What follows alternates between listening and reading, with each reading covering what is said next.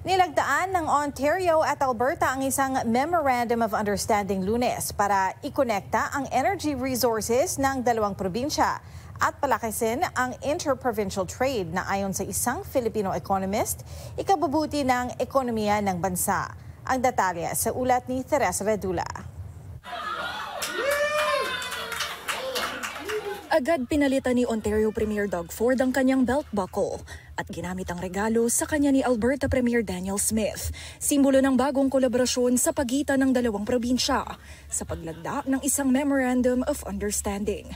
Hakbang para sa ideya ng bagong pipelines, rail lines at iba pang energy and trade infrastructure. This is how we diversify our trading partners.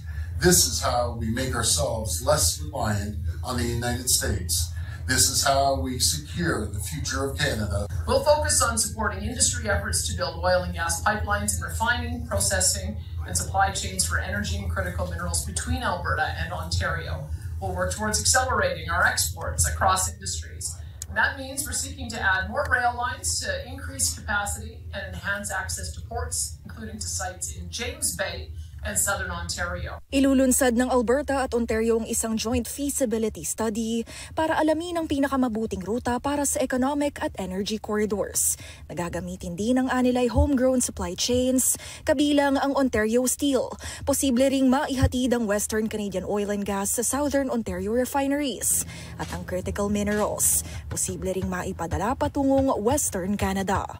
We need to tear down the barriers and red tape that have held us back for far too long. Ideyang ayon sa isang ekonomista, ikabubuti ng ekonomiya. Maganda ito dahil makakapag-open up po ito ng maraming job opportunities, no, para po sa ating lahat. Halimbawa kapag nagkaroon po ng mga proyekto na yan, lalong-lalo na sa Northern Ontario, definitely po, no, mangangailangan po ng maraming manggagawa dyan. Ano? Hindi lang po yung directly related dun sa energy sector halimbawa or sa critical mineral sector.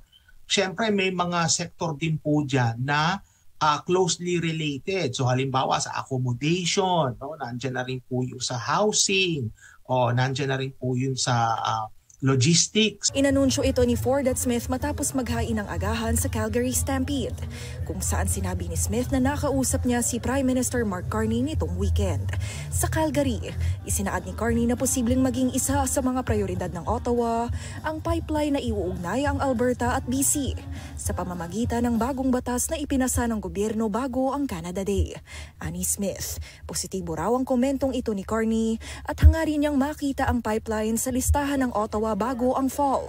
Ang kinakailangan lang po natin dito is mapabilis na maipatayo itong mga proyekto na ito, mapabilis yung mga consultation para po ma-realize po at mapakinabangan po natin kaagad. Having an access to the Northwest BC coast is essential to being able to get to Asian markets, and that's the one that we hear the most enthusiasm for. So we'll work with the Prime Minister on that and hope to have some good news in that regard in a few months. Sa kasunduan, gagawin ding prioridad ng Alberta ang paggamit ng Made in Canada vehicles para sa government fleet nito bilang suporta sa Ontario auto sector, habang pagbubutihin ng Ontario ang presensya ng Alberta liquor products sa Ontario stores. Teresa Vedula, Omni News, Toronto.